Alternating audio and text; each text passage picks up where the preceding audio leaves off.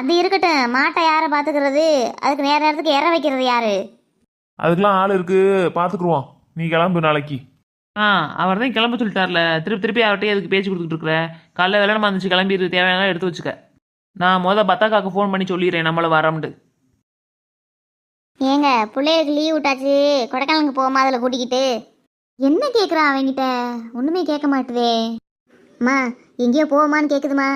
அதுக்கு காசு நிறைய செலவாகுமே. இல்லைங்க, எல்லாரும் சேர்ந்து வண்டி பிடிச்சி போனால் எல்லாருக்கும் காசு கம்மியாக தாங்க வரும். அப்படின்றியோ? சரி, எப்போ கிளம்ப? நாளைக்கு காலையில் கிளம்புவோங்க.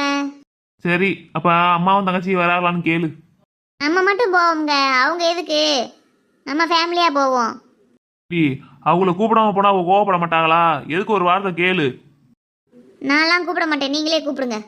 பத்தியாமா, அண்ணன் கூப்பிட சொல்லுது, அது வேணாம்னு சொல்லுது பத்தியா? அடியே, இதுக்காண்டி அவ